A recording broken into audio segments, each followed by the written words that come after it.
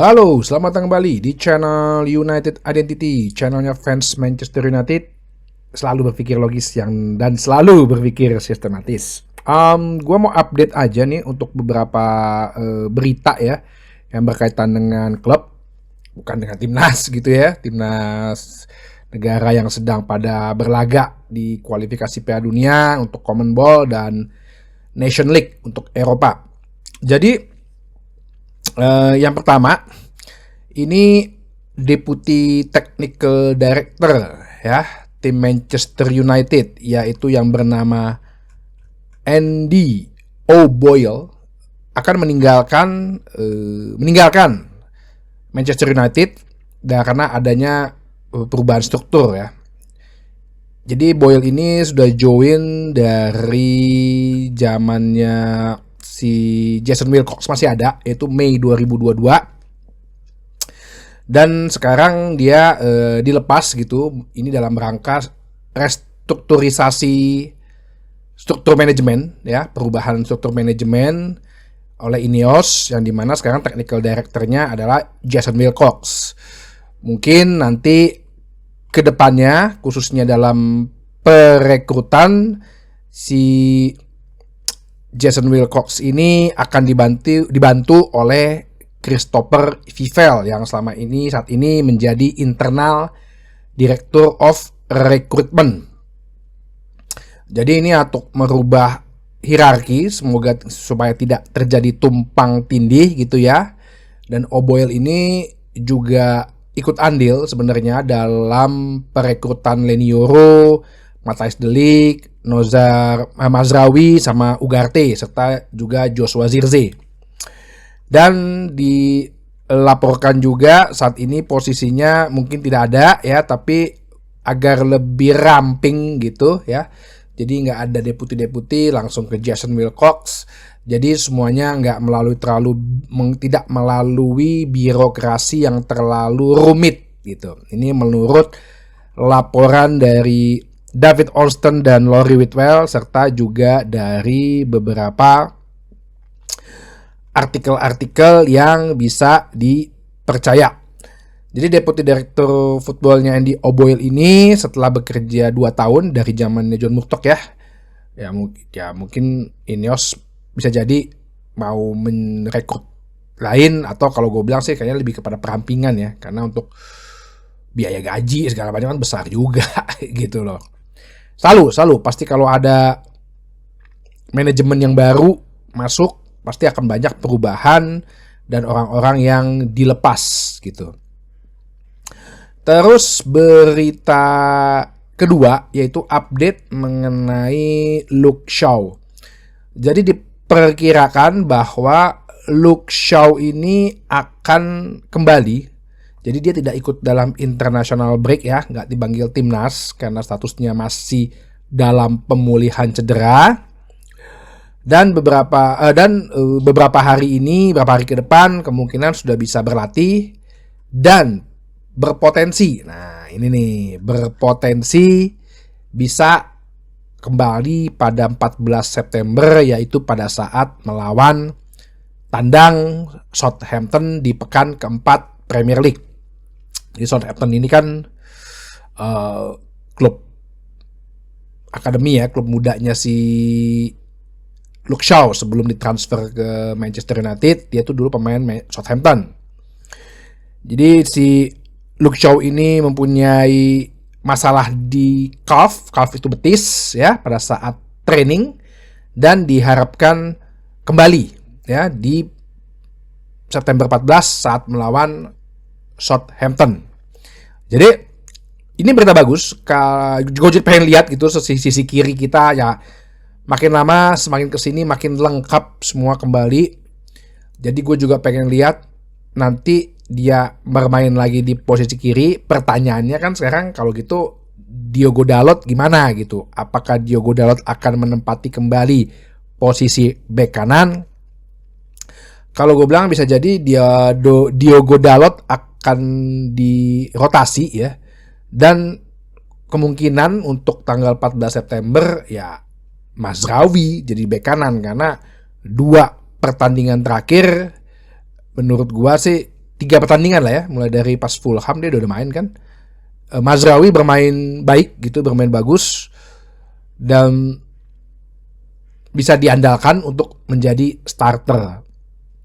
Ya, kita doakan aja dengan kembalinya si Luke Shaw bisa mengisi posisi kiri yang kemarin oleh Liverpool tuh habis diobok-obok gitu ya, sisi kirinya.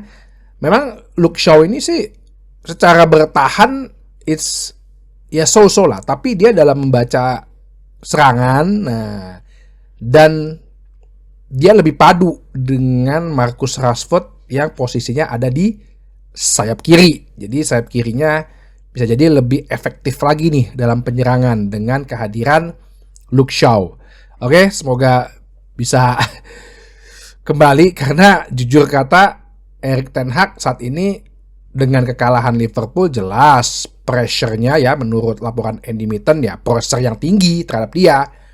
Pasti dituntut ada yang namanya perubahan signifikan gitu loh. Perubahan signifikan banget nih nanti lawan Southampton yang saat ini ada di peringkat 18 gitu ya, dan baru naik promosi. Ya diharapkan benar-benar perubahan signifikan, bermain menyerang, kalau bisa banyak gol gitu, biar bisa membahagiakan fans satu, dan juga mengembalikan kepercayaan fans gitu juga, sama ya meyakinkan board manajemen Ineos. Itu sih. Terus untuk laporan lain seperti pemain-pemain yang cedera kayak Victor Lindelof itu diharapkan berpotensi untuk kembali juga di September abis international break, tapi belum tahu apakah dia bisa langsung bermain nanti melawan Southampton.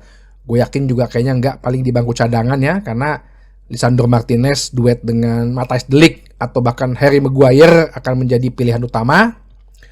Terus untuk Mason Mount yang sebelum pertandingan melawan Liverpool cedera dalam latihan dan diperkirakan 4-5 week ya, bahkan pas lagi Brighton juga dia babak pertama itu diganti setelah pas halftime karena ada isu. Belum tahu potensial returnnya kapan, bisa kemungkinan ya Oktober ya, kita tunggu aja. Tyrell Malacia, nah ini nih yang udah sempat latihan dan sedang menjalankan proses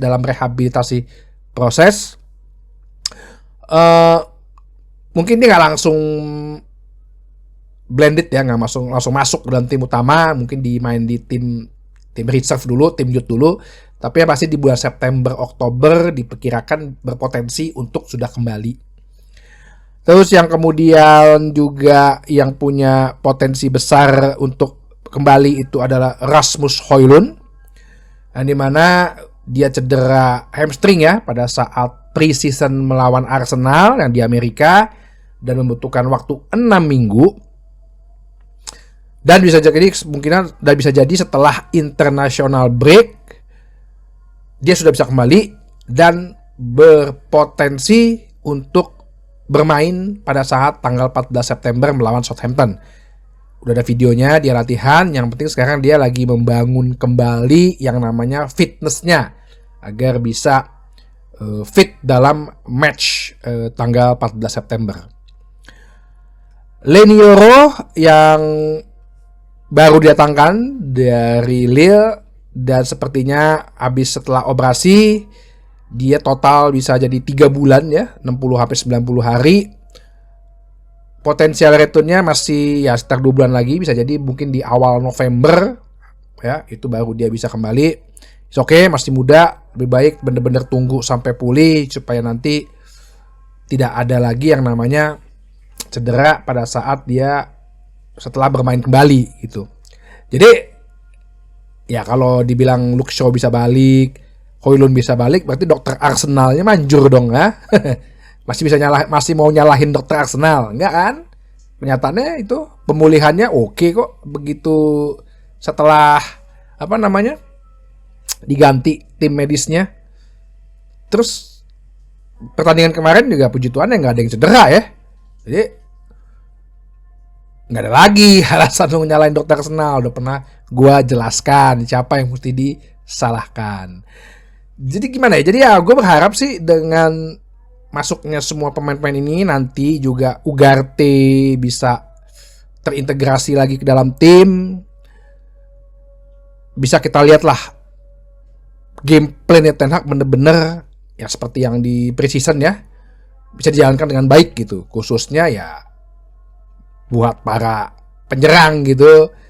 Jadikanlah momen melawan Southampton 14 September besok ya sebagai ajang untuk mencetak gol sebanyak-banyaknya. Masa kita gol minus melulu sih tiap musim, capek kan. Coba deh cetak gol sebanyak-banyaknya. Ya gue berharap dengan baliknya Luke Shaw, terus Ugarte bisa langsung terintegrasi ke dalam tim. Terus dengan Rasmus Højlund, ya mungkin Rasmus Højlund nggak langsung main ya, bisa jadi dia main di babak kedua atau segala macem, terus beri kesempatan lagi Amad Diallo. Gue sih tetap positif, hasil terbaik, poin penuh bisa dicapai. Oke, sampai itu aja bahasan kali ini. Sampai ketemu lagi di bahasan berikutnya di channel United Identity, channelnya fans Manchester United yang selalu berpikir logis dan juga sistematis. Terima kasih.